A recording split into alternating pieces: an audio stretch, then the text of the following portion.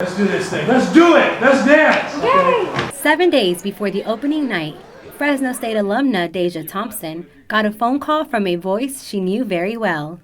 It was Fresno State theater professor Thomas Ellis. Let's go dance again. Ellis was on a time crunch after he had to replace the original leading actress because, as Ellis says, she had too much on her plate. Ellis told me that he just needed me to come down. I was all the way in LA, I was at work, and he calls me and he tells me that he wants me to play in be a part of his play. And I'm like, there's no way. Like, it opens next week, all these lines, like, you're crazy. Like, I'm like, no, I'm not gonna do it. But after some thought, Deja made her way down to Fresno and began her intensive and short rehearsals. Cast member Joshua Slack said having Deja come in was an easy transition.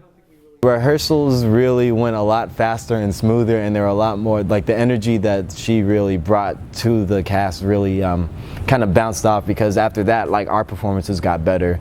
But bringing Deja on was no easy task for Professor Alice, who now had to find a way to pay Deja after she asked for a 3-week vacation from her job in LA. I asked Professor where that money came from.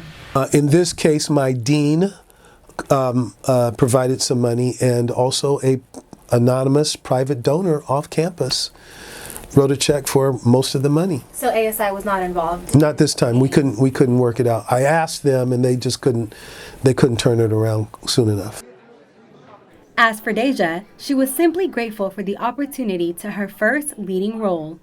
When it comes down to your life, your career, and your passion, you just really have to take all the opportunities that God blesses you with, because they don't come, often, especially to be paid for the role. Like, actors don't really get paid, especially starting off.